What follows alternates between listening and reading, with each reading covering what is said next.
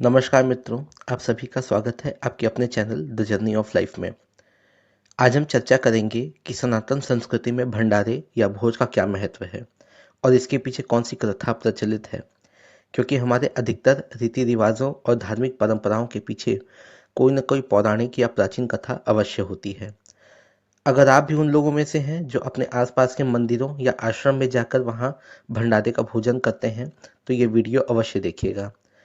हम इस बात पे भी चर्चा करेंगे कि क्या हमें गृहस्थ जीवन में रहते हुए भंडारे या इस प्रकार के किसी सामूहिक भोज में भोजन ग्रहण करना चाहिए। सारी बातें करेंगे, लेकिन एक छोटा सा निवेदन है कि अगर आप चैनल पे पहली बार आए हैं तो सब्सक्राइब कीजिए, वीडियो को पूरा देखिएगा, पसंद आए तो लाइक भी कीजिए और हाँ, अपने दोस्तों के साथ भी शेयर कीजिए। मित्रों, जैसा कि आप जानते हैं कि हर तरफ अयोध्या में राम मंदिर में होने जा रही प्राण प्रतिष्ठा की धूम मची है। हर शहर और गांव में लोग अपने आसपास के मंदिरों में भजन कीर्तन, हनुमान चालीसा, सुंदर कांड जैसे कार्य का आयोजन कर रहे हैं। जगह जगह भंडारे भी चल रहे हैं। तो कभी कभी आपके मन में भी एक सवाल आता होगा कि क्या हमें भंडारे में भोजन करना चाहिए। सनातन धर्म में दान का अत्यधिक महत्व है, फिर चाहे वो जैन धर्म हो या सिख खालसा धर्म। प्राचीन समय से ही राजा महाराजा और धनी लोग हवन, पूजा पाठ, अनुष्ठान या कोई भी मांगलिक कार्य करने के बाद अपनी प्रजा में अन्न, वस्त्र, भोजन आदि बांटते थे। आज भी धार्मिक कार्यों के बाद मंदिरों की ओर से होने वाले अन्नदान ने भंडारे का रूप ले लिया है। हालांकि अब घरों में पूजा पाठ के बाद लोग भंडारा कम ही आयोजित करते हैं, लेकिन मंदिरों और बड़े स्थानों पर यह परंपरा आज भी चल रही है।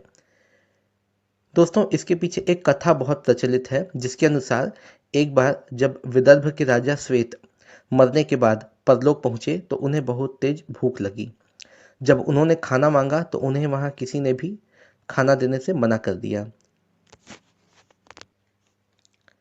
उस राजा की आत्मा सीधे ब्रह्मा जी के पास पहुंची और उनसे पूछा कि आखिर क्यों उन्हें भूख लगने पर भी खाना नहीं दिया जा रहा है। तब ब्रह्मदेव ने राजा विदर्भ को बताया कि उन्होंने अपने जीवन काल में कभी भी अन्न भोजन का दान नहीं किया, इसी कारण से उन्हें भी भोजन नहीं दिया जाएगा। तब राजा ने अपनी आने वाली पीढ़ियों को स्वप्न में जाकर अन्नदान करने और भंडारा कराने के लिए कहा। बस तभी से भंडारे की परंपरा चल पड़ी।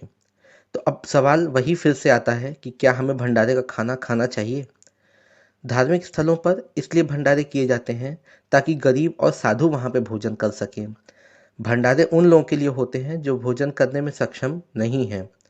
भंडारे का भोजन साधु संतों के लिए होता है जिन्होंने ईश्वर की खोज में अपने घर का त्याग कर दिया है और अब उनका एकमात्र सहारा ये भोज और भंडारे ही है।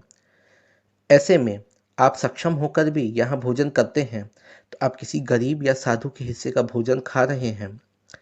यदि स्वयं गृहस्थ जीवन में रहते हुए भंडारे का भोजन खाते हैं तो याद रखिए, आप और आपके परिवार पर भगवान विष्णु की कृपा कभी नहीं होगी।